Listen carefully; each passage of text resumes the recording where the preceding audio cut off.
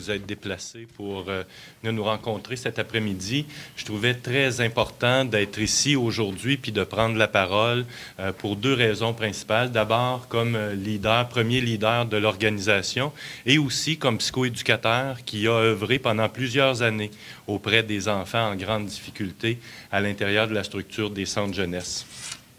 Alors, nous avons reçu le rapport. Alors, on a reçu le rapport de la Commission des droits de la personne et des droits de la jeunesse.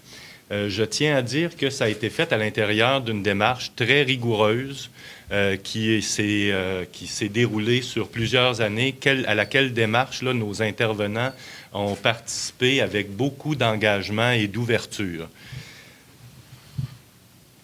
La Commission a vérifié principalement là, si nos services répondaient aux standards qui sont reconnus au Québec dans de tels services. Puis nous allons prendre le temps de bien analyser les recommandations qui nous ont été faites pour établir les plans qui vont nous permettre de garantir la mise à niveau de nos programmes d'intervention et de la façon dont on donne les services aux enfants, principalement les enfants qui sont hébergés en famille d'accueil. Aujourd'hui, la Commission nous donne 64 recommandations qui s'adressent principalement au PDG de l'organisation, c'est-à-dire à moi, aussi au DPJ et directeur provincial, M. Levasseur, aussi au directeur des services sociaux du Conseil des Atikamekw à Obidjwan, au ministre délégué à la Santé et aussi à la ministre de la Justice. Les recommandations témoignent que nous n'avons pas toujours été en mesure d'offrir des services exemplaires. Nos jeunes, nos familles doivent pouvoir compter sur le meilleur soutien qui soit lorsqu'ils sont face à des difficultés. Je constate malheureusement que ça n'a pas toujours été le cas et ça me dérange profondément. Il est important pour moi que l'on prenne acte des situations, c'est le premier pas dans l'amélioration continue pour vraiment venir garantir la qualité des services qui seront offerts à nos jeunes et aux familles.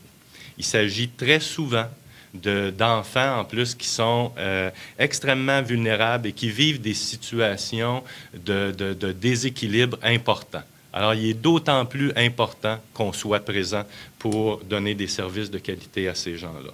C'est auprès d'eux, donc, qu'aujourd'hui, on tient à s'engager parce que nous sommes dévoués au développement des enfants et à la protection de la jeunesse. Et l'ensemble des intervenants du CIUS de la Mauricie, Centre du Québec, travaillent dans cette optique-là.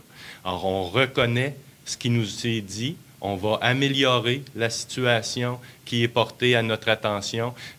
On a déjà commencé à poser des gestes pour s'améliorer dès que l'enquête a été déclenchée et on va continuer. Et là, je vous donne quelques exemples que l'on fait en collaboration avec nos instances syndicales. Alors, on est bien conscient que pour élever un enfant, ça prend tout un village. Alors, il faut vraiment travailler en collaboration. Et en premier chef, on va travailler en collaboration avec notre partenaire syndical. Alors, d'abord, on va bonifier le soutien clinique pour nos intervenants, pour qu'aucun intervenant se retrouve seul face à une décision d'une grande complexité qui va transformer la vie d'un enfant. Il pourra compter sur quelqu'un, un expert qui va pouvoir être en appui, agir de mentor. On va rehausser les postes. On va donc ouvrir davantage de postes pour nous assurer qu'il n'y ait plus de coupure de service quand un enfant a besoin et quand on doit soutenir son développement avec l'intensité qui est requise. On va aussi s'entendre avec notre partenaire des familles d'accueil pour établir un programme de formation continue. Alors, de façon continue, on va échanger, on va développer les pratiques, on va raffiner l'intervention qui doit être faite pour que les familles d'accueil puissent, elles aussi, s'adapter aux besoins spécifiques des enfants qui leur sont confiés.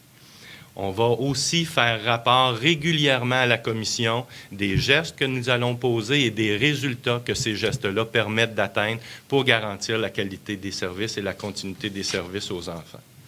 En terminant, là, je veux absolument m'adresser aux intervenants qui travaillent quotidiennement auprès des jeunes en Mauricie, Centre du Québec. Je suis très conscient de la complexité de la tâche. Je suis très conscient des difficultés auxquelles ils peuvent être confrontés.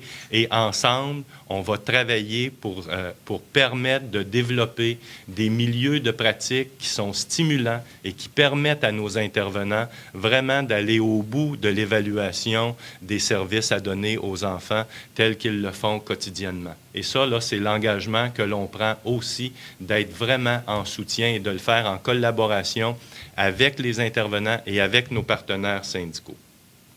Nos intervenants aident quotidiennement des milliers de familles. Il y a plein d'enfants dont on n'entend pas parler parce qu'ils ont eu les services au bon moment et de la bonne façon. Et je tiens à souligner cet engagement-là des intervenants en Mauricie et au centre du Québec.